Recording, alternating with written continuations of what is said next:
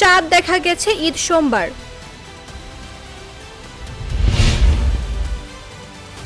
জাতীয় ঈদগাহে ঈদের নামাজ পড়বেন প্রধান উপদেষ্টা। চীনের বিনিয়োগে দেশে হবে বিশেষায়িত হাসপাতাল। 1 দশক পর পরিবারের সঙ্গে খালেদা জিয়ার ঈদ। সারা দেশে 557 আলেমকে তারেক রহমানের ঈদ উপহার। ঈদ জামাতে ঢাকায় 15,000 পুলিশের নিরাপত্তা বলয়। প্রধান উপদেষ্টার সঙ্গে সেনা প্রধানের সাক্ষাৎ।